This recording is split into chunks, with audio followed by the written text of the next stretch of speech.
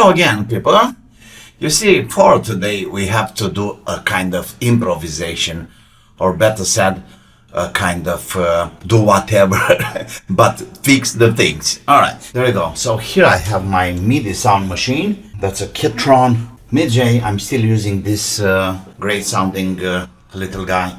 And I have the Midi connection going to my computer down here.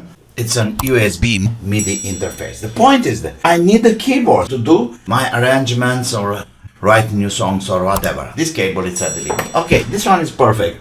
The input somehow. And I was thinking, instead of destroying a factory done USB Midi interface, I will build a Midi extension. Here I have like 2 meters of cable. This is shielded. You know, it's a cheap cable. And some 5 pins Midi, or in fact these are DIN connectors, male and female. This extension can be done in 2 ways. First, I can use 2 female like this. Then I can use a Midi cable like that. And then I can just reach the keyboard, or simpler, I'm gonna have a female and the male, and I'm going directly with the male inside the keyboard. And I think this is better because then I can just let this cable hanging there for forever. Okay, so let's start building this. Do I see any numbers there? Not quite. No numbers. Let me try to open up one of these guys. You have to push this metal thing down there, and then it's pretty tight. Amazing. There we go. Do we have any numbers down here? Oh my god, I don't see any number. Normally, this should be marked with numbers. But, well, you know something? Let's just do it. Same story. Okay, no numbers. Before anything else, don't forget to attach. I mean to have these plastic thingies already in the cable, because it's very possible you do the soldering and then you realize that you don't have the plastic things there to finish the job. For me, I found much easier if I just use that already in a female socket. Why? Because it's spreading the heat. This is very important. And also, like a rule, we have to use a little bit of sandpaper to have this little connectors clean and ready for soldering. Okay, and also very important, don't forget to prime this guy. They need to be primed to be completely sure that you'll have a good connection there, or a good soldering in fact. We don't have numbers there, but I can tell you that for a Midi cable we need the central, that will be the ground, and we need these proximity pins. We'll just take the female connector first, and let's try to draw it down, kind of. We got 1, 2, 3, 4, 5 pins. Female front view. And the numbers are like this. 1, it's here. 2, usually it's the ground. 3, 1 and 3, they are usually used for audio cables, like the old stereo cable. And we need 5 and 4. This will be the pins we're gonna connect. And also, if we consider male front view, right? So we have the same story, but we just turn around the things like this, okay? You see, this is the position, like that. I said front view. We can simply, let me try to make it like this, in space. 2, 3, 4, and 5. Obviously, here is the best thing. But when we connect this like that, we turn the male connector with 180 degrees. So in this situation, number 3 will getting here in the right side. 3, and then obviously 5, 2, it's the same, and 1 and 4. So to be sure that everything is fine, we have to remember the configuration. So in my situation, having this cable with white and red color is very simple. We just keep the trace of the colors. I mean, if we connect white on pin number 3, pin number 3 in both connectors. Okay, in my situation, I'm gonna have the ground here in the middle, of course, and then the other 2 pins connected. Like I said, for anything, let's prime this guy. Don't use too much heat, because you see this cheap plastic connectors, they are melting very easy. Flux, very important.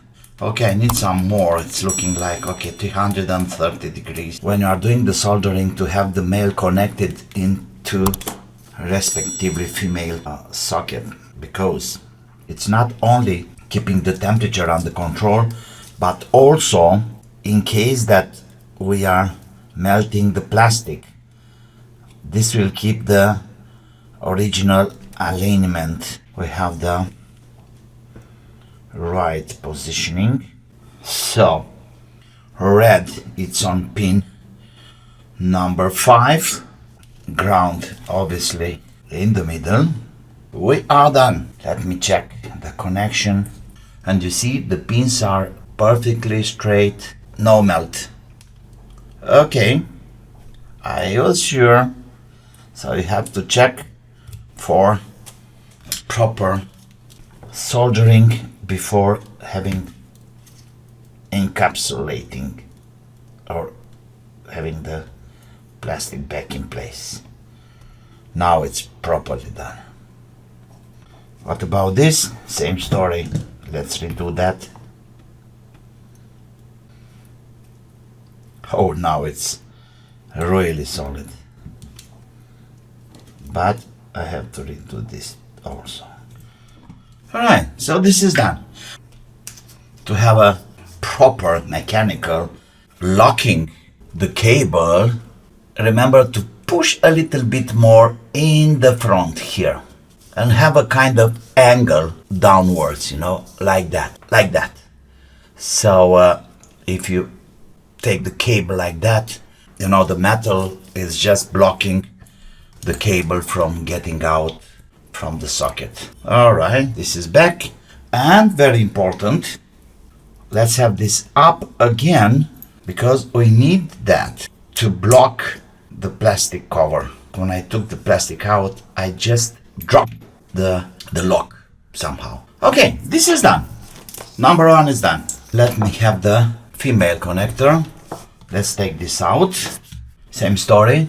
It's a good thing that the plastic is tight here. That means we're gonna have a good mechanical. Same story here. Now I'm gonna use a male to keep the female in place.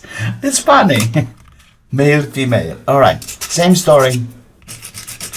A little bit of sandpaper. Preparing the surfaces. Okay, let's prepare the cable. By the way, this nice tool, it's from Kwitz. You have a link for purchase a similar one for discount in the description. Very useful tool. I really recommend it. Let's remember, white, it's on pin 5. If we, oh, very important, don't forget this getting into the cable, don't forget that. You'll find yourself in a funny situation when you have to take out all the solderings or to cut the cable, and that sucks. Oh, very important, I almost forgot about. Let's have these blocking elements tight. It's a good idea to push the cable a little bit in front. Positioning here. Don't over tight, you don't really need it, but push it here in the front. Check for connections. Okay, let's check that. So this is the front view of the things. And if we look at the schematic down there, we should have number 5 here with number 5 here. Let's see if it fits. Number 5 is this one here with number 5 here. I done it absolutely the wrong way. Number 4. Oh yes, of course. Oh, I did it all the way around. Oh my god. Okay, we can very easy change everything. Let's try to measure now. Now it should be fine. Number 5 with number 5. And the other one. Perfect. And the ground. Now we are good. Okay, so once again, the story with extension cable is to cross the wires, you see? Let's call it for a normal MIDI cable. That should be the same order, you know. Obviously, we have 2 males, and this, you know, number 4 goes to number 4, number 5 goes to number 5. But if you have an extension, then number 5 goes to number 5 here. You see, it's everything, it's 180 degrees apart. And if we do the schematic simply like that, ground wire, both connections are from the front view, simply without numbers, without anything. Front view, remember, the female and this is the male, same story, ground. Now red goes here, or number 4 in fact, and number 5, you see, it's like a mirror or something. That's front view, MIDI. Alright, so this is the theory behind. Now let's have a test. Let's have a final test. Okay? So this is a MIDI sequencer session. Let me just open something. Obviously, let me check the devices. USB MIDI interface, of course. I don't know if you remember, but this is my invention, let's call it. This is a MIDI checking device. So if we just run the MIDI output, so now the sequencer, it's running, it's playing. We should have some lights there. Okay, you see that? So that means we have MIDI signal. Okay, now let's use the cable, the extension, and if everything gets done properly, we should have here the same story.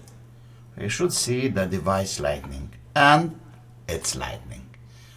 Yeah, that's the whole story.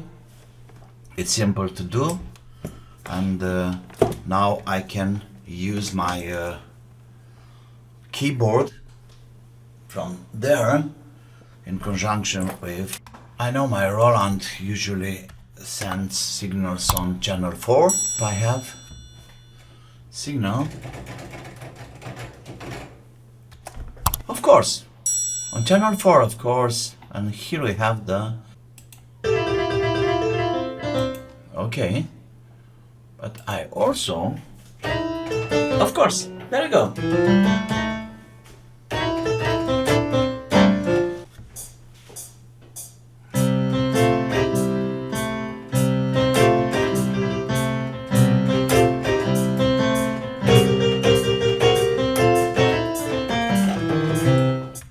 All right, let's see.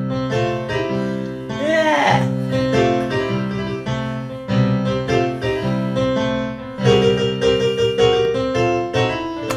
Perfect. You know, this kind of MIDI signal device or checker or tester, you can buy it by the link you have down in the description. This is my own invention. This is my own creation, I may call it. So of course you can help me buying some stuffs like this. They are very useful. You can check very simply, without sound, without noises or stuff, if there is any MIDI active in the system, of course, like I showed you before. You have the link down there in the description. And yeah, that's it for today. I hope it's useful. And of course, thanks my sponsors Radu and Vlad from Amphia Records and Czech. And like always, don't forget to subscribe to my channel. Push the like button, doesn't cost you anything. I forgot that I have to pair up. Yeah, right. And yes, like always, don't forget, have fun. See you soon. Bye bye.